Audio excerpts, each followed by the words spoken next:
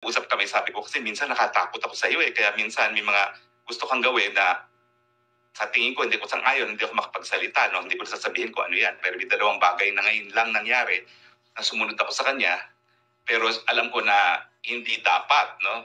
So, syempre, dahil ganyan naman ang aking pagsunod kay BP Sara, kung sabihin niya na dahil po kaunti ang mga abogado at mas gusto niyang lahat dayuhan, ay nako, I will bow to it.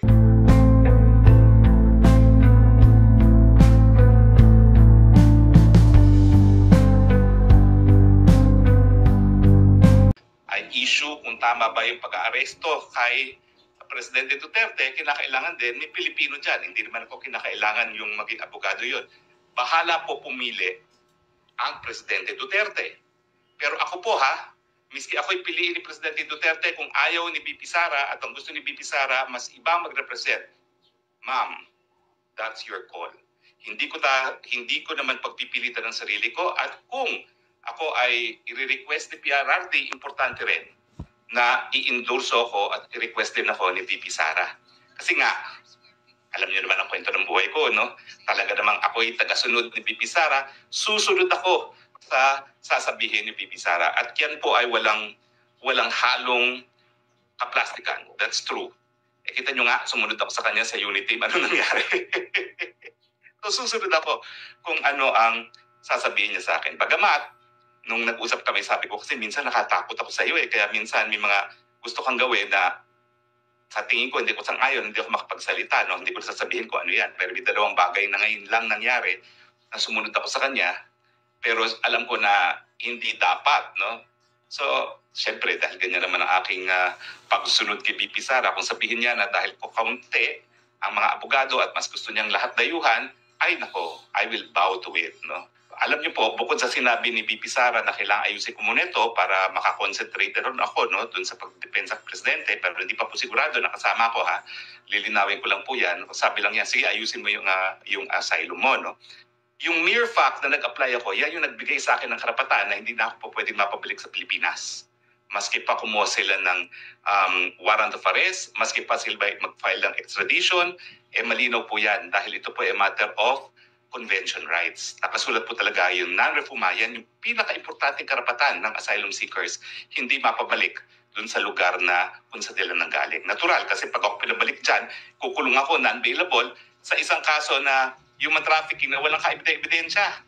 Ulitin ko po ebidensya lang nila. Unang-una, sinumahan ko si Cassandra Ong sa Pagcor. Pangalawa, yung pangalan ko nasa isang papel na legal daw ako. Pangatlo, yung aking dating assistant nakitira doon. Ang kailangan nilang pruwebahan sa syndicated trafficking na ako ay recruit. Ang purpose ko ay para pagsamantalahan ng kanilang labor, no? At pangatlo, ginamit ko ng pananakot o kaya naman intimidation, no? Tapos kung conspiracy naman, anong ebidensya ng conspiracy? Dapat magpakita talaga na nagkaroon kami ng pagkakaisang layunin. At yun nga ay gumawa ng krimen na syndicated trafficking. Sa akin, yung pendency ng complaint sa DOJ at kung isasampa nila sa korte, yan ang pinakamalakas na ebidensya ng political persecution dahil yan ay pagsampa ng kaso na walang basihan, ang tawag po dyan, unjust prosecution. Pero kanina po, ako rin po, galing dito sa lugar kung nasaan ako ngayon, ay napanood ko ang press conference ni VP Sara.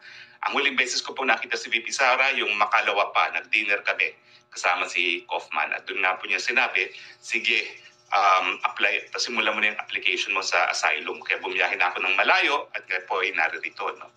Pwede ko lumabas, kaya lang po, kung magbabalik-balik ako sa Dahig, 4 hours each way. So parang, sige, dito na lang ako. Libre po naman ang tirahan. Kaya nga lang ang sabi ko, tirahan ko dito, parang dormitorio ko sa Kalayaan po sa UP. Hindi ko alam na matapos ang ilang taon naman nakakalipas na 1990 ako tumira sa Kalayaan. No? 1990, ayan, 2000, 2010, 2020, 35 years balik ako sa kwarto ko sa Kalayaan. At ang naging roommate ko rin dito ay isang Muslim na Afghan. Ang roommate ko sa Pilipinas ay isang Muslim po na galing sa Mindanao na itatago ko muna ang pangalan dahil maraming impormasyon na naibigay sa akin yung roommate ko sa Kalayaan. Pero anyway, doon sa press briefing ni VP, nabanggit niya na napag-usapan ng kanyang mga kapatid na baka kumuha lang nila sila ng legal aid.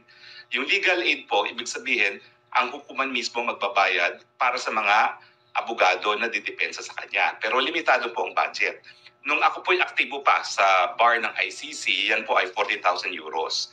Parang naitaas na po yan ng konti, no? Pero yung 40,000 euros na yan, ang babayaran, isang lead counsel, isang co-counsel, isang legal assistant, isang case manager, at isang investigator.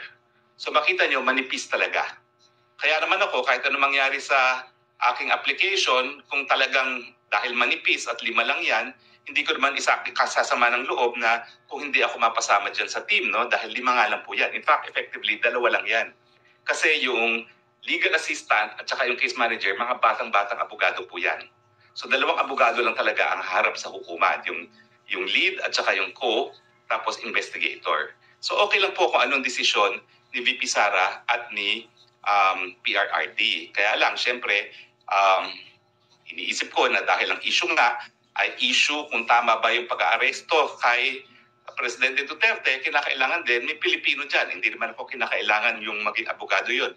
Bahala po pumili ang Presidente Duterte. Pero ako po miski ako'y piliin ni Presidente Duterte, kung ayaw ni VP Sara at ang gusto ni VP Sara, mas iba mag-represent. Ma'am, that's your call. Hindi ko naman pagpipilitan ng sarili ko, at kung ako ay i-request ni PRRD, importante rin na i-endorso ako at i-request din ako ni VP Sara. Kasi nga, alam niyo naman ang kwento ng buhay ko, no? Talaga namang ako'y tagasunod ni VP Sara, susunod ako sa sasabihin ni VP Sara. At yan po ay walang halong kaplastikan. That's true. Kita nyo nga, sumunod ako sa kanya sa unity. Ano nangyari? So susunod ako kung ano ang sasabihin niya sa akin. Bagamat, nung nag-usap kami, sabi ko, kasi minsan nakatakot ako sa iyo kaya minsan may mga gusto kang gawin na sa tingin ko hindi ko sang-ayon, hindi ako makapagsalita, no? Hindi ko sasabihin ko ano yan. Pero may 2 bagay na ngayon lang nangyari na sumunod ako sa kanya, pero alam ko na hindi dapat, no?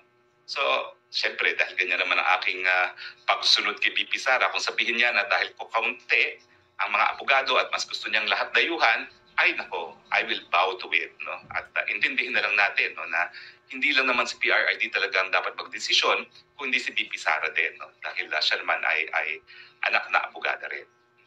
So, yun lang po ang makukuha sa legal aid. Lead counsel, co-counsel, legal assistant na bata rin,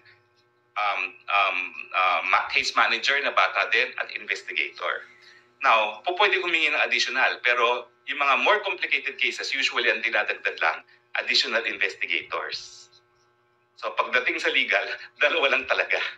Yung si lead counsel at si co-counsel. So hayaan po natin silang mag-desisyon, no? Although nagpapasalamat po ako doon sa napakadaming nagbibigay ng suporta sa akin, maraming na-disappoint. Well, mali po ako doon in the sense na inassume ko na maging abogado na talaga ako sa ICC. Pero abogado po talaga ako ni Presidente Duterte pagdating sa ICC matters, 2018 pa po. So hindi po ako nagsinungaling. Talagang abogado na ako ni Presidente Duterte on ICC matters mula pa po ng 2018. Ang problema po, yung mga ibang supporters ni PRRD, binaliwala lahat ng sinabi ko dahil sabi nila, imposibleng mangyari yan na makakarating si PRRD sa ICC. So lahat po ng mga nagsabing imposible yan, alam po nila kung sino sila. At sila naman po napakalapit kay Presidente, need I say it? Pero, I told you so. So anyway, yun lang pong makukuha sa legal aid. Now, hindi rin po automatic yan, Mag-iimbestiga pa ang ICC at titignan nila yung kita ni Presidente. Wala naman siyang kita, pension lang. Sabi ko nga, ang pension yan, mga 300,000 at most. In euro terms, times 7 ata ang euro, magkano lang yan. So that's basically, sabihin na natin ay 5,000, no? 5,000. O tama, 5,000 euros a month. Alam mo naman si Presidente, no? Yung kanyang pension, hahatiin pa niya sa 2. Yun naman, sinasabi niya, 2 yung asawa niya.